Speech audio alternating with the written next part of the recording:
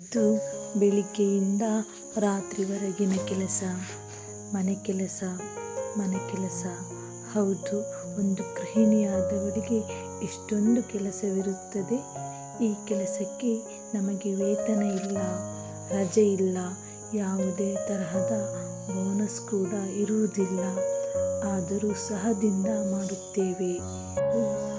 ಹೊರಗಿನಿಂದ ದುಡಿದು ಬಂದ ಮಹಿಳೆಗೆ ಸಿಗುವಂತಹ ಗೌರವ ಮನೆಯಲ್ಲಿ ಕೆಲಸ ಮಾಡುವ ಗೃಹಿಣಿಗೆ ಏಕೆ ಸಿಗುವುದಿಲ್ಲ?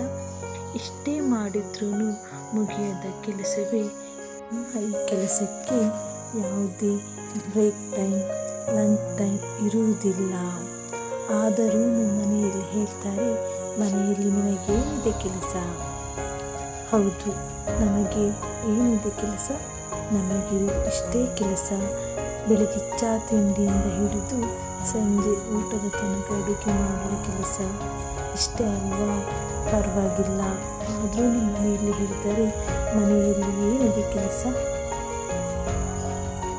Thank you for watching. Like and subscribe.